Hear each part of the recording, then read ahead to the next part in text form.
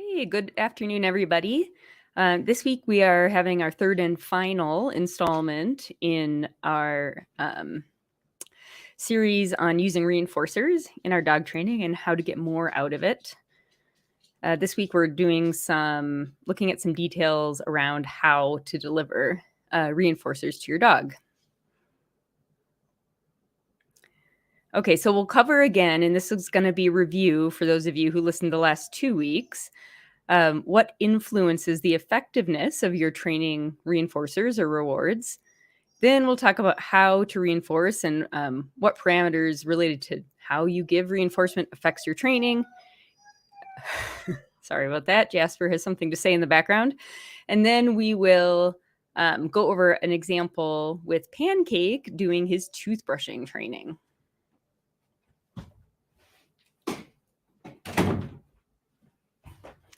Okay, door closed. Hopefully Jasper will be able to survive the few minutes I'm on here. Okay.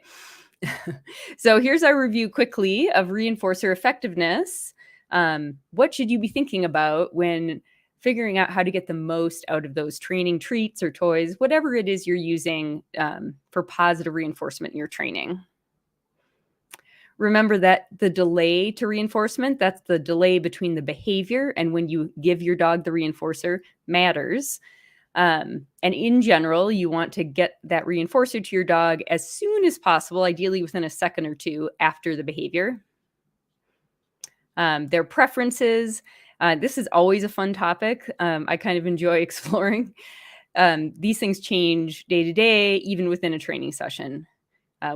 Generally, you want to use something your dog really likes, but what they really liked yesterday might not be at the top of the list today. How much of the reinforcer you give matters. You have to give enough of it so it's worth it to the dog to stay in the training session. The rate or how often you give the reinforcer with relation to the behavior. So do you reinforce every single instance of the behavior, every other instance? This matters as well. And when you're teaching new skills, you really want to reinforce every time they do the behavior you're trying to build. Deprivation and satiation we talked about the last couple of weeks. This has to do with how much of the reinforcer your dog has already had at the point that you're training. So a lot of you have taken group classes and you know that the teacher will often ask you to not feed your dog for an hour or two before the class. That has to do with avoiding satiation on food. You don't want your dog to be too full or they might be less willing to work for food. And the same can go for play, toy reinforcers.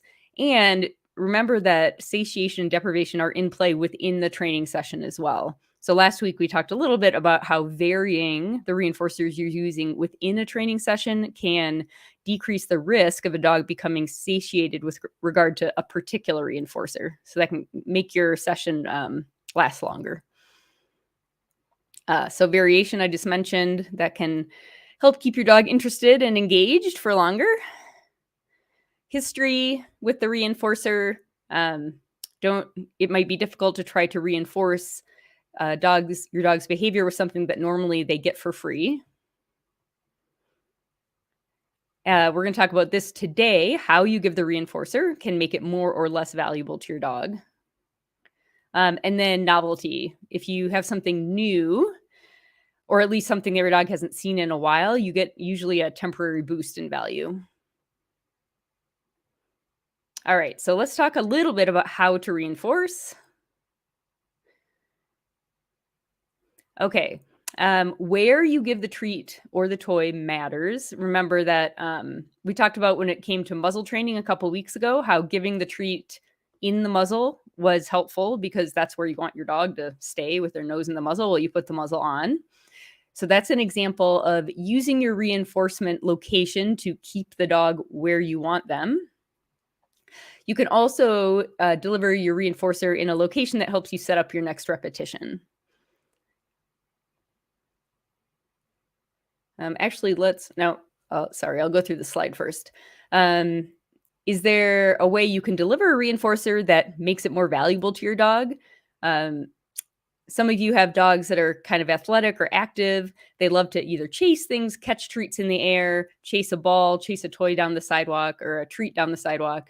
Those things, those kind of more active delivery methods of reinforcers can also can increase the value of the reinforcer, which can make your training more effective. As I mentioned, sufficient duration or quantity matters. Don't be too cheap with your reinforcers.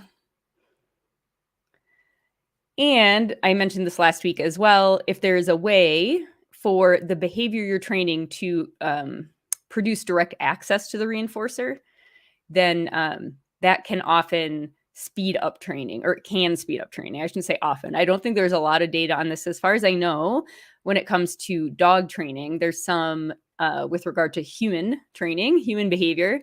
And the example I gave last week of this from a scholarly paper was that kids that were learning to open containers, some of them at least, learned that skill, opening containers more quickly when opening containers directly produced like treats or food that were in the containers, as opposed to a person handing them a treat when they successfully opened a container. So that's kind of interesting and something to think about. All right, so toothbrushing. As you may know, we have a self-paced online toothbrushing course that we are enjoying quite a bit. I'll give the link at the end here today. But let's look at how we deliver reinforcers in a session of training for toothbrushing and how that helps or hurts the training process. All right, so give reinforcement where you want the dog to stay. What does that mean specifically in this example? Pancake volunteered to show you guys what works for him. Here he is. So Pancake's a little guy. And so we use, for toothbrushing, we use this behavior we call muzzle tunnel, which is basically making a tunnel out of your hand. And then the dog sticks their nose under the tunnel. And that'll put you in a good position to like lift their lips so you can brush their teeth. Because Pancake's face is really short compared to my bigger dogs, I only use a abbreviated muzzle here, muzzle tunnel, just 2 fingers. And you can see in the freeze frame here, I'm giving him the treat with his nose in the tunnel. So the criteria here for reinforcement is I hold out my muzzle tunnel, my fingers. Here, let me back it up a little. And he sticks his nose into it. And then the food happens right there in the tunnel. And what is this opposed to? This would be the opposite, not feeding where you want the dog to be. Saying, okay, good for you. You put your nose in the tunnel and then just give him a treat wherever, away from the tunnel. And you will often get a dog who doesn't stay. He's had a lot of training to stay in the tunnel, but who won't stay with their nose in the tunnel if they're anticipating the treat's going to be off to the side or something. So delivering the treat in the tunnel can help build a little bit of kind of that hold still or duration in the behavior of have your nose here in the tunnel. So that's a way in which where you give the dog the reinforcer can help you or hurt you in your training. All right, high enough value reinforcers. You need something that is good enough for the training you're doing. And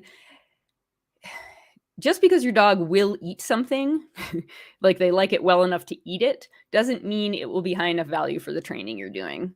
So as an example, I tried using, I think here I'm trying to use toothpaste, the chicken flavored toothpaste as the reinforcer for Pancake's muzzle tunnel training. And I had done it a few times prior to this, and this was his response. Like the third time I tried, I'd asked him to do this for the toothpaste. He just tapped out. He's like, nope, not doing it. When I switched to one of his current favorites were these little fruitable, they're called fruitables, that's the brand, treats. He stayed much more engaged. He didn't roll over and give up. And he likes the toothpaste kind of, like he'll eat it a little bit, but it's definitely not good enough in his mind to reinforce this behavior of participating in toothbrushing. All right, and large enough quantity. So what's a large enough quantity? Well, your dog will tell you if you can always experiment, be like, okay, well, my dog, it keeps wandering off. They're not really participating in training, keep getting distracted. Could it be a quantity problem or a duration of access to the reinforcer? You can always experiment with that and say, okay, I'm going to up it then. I'm going to give more of the reinforcer and see if it helps. Now, if it's a value issue and not a quantity issue, then that won't help. But it is something that you can sort of mess around with to see if you're struggling. So, for example, here I'm using those Fruitables again. They're little kind of semi-soft dog treats, and I was just using they're kind of big for a dog of pancake size. He's about 15 pounds, so I usually break them into like 3 or 4 pieces. And here I was giving a third to a quarter of one of these per rep, and he would work for this, but you'll see in a second here. At some point, he made the decision to see if there wasn't a way to get more without participating in training. So I give him a really tiny piece, and then I'm about to ask him for another rep, and he's like, hey, maybe I can just get into this bag over here. Whereas I just did several reps in a row where he was getting several pieces of the treat, and I didn't have that problem. He never got up and wandered off and tried to see if there was a better deal available. And most of the time you don't need to give multiple treats per repetition of something like this, but it can make a difference.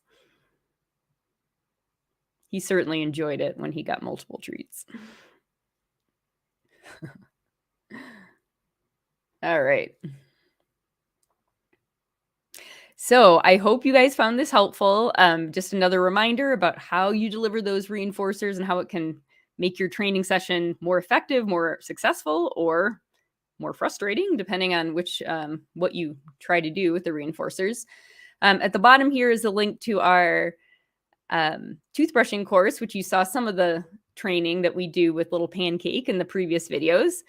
And of course, if you're looking for other free resources, check out our blog, Instagram, YouTube channel, and our Facebook page and support group. All right, everyone, have a lovely week. I hope you will consider joining us for some toothbrushing. It's so important to your dog's health, physical health, but we all know physical health can affect emotional health and behavior as well. So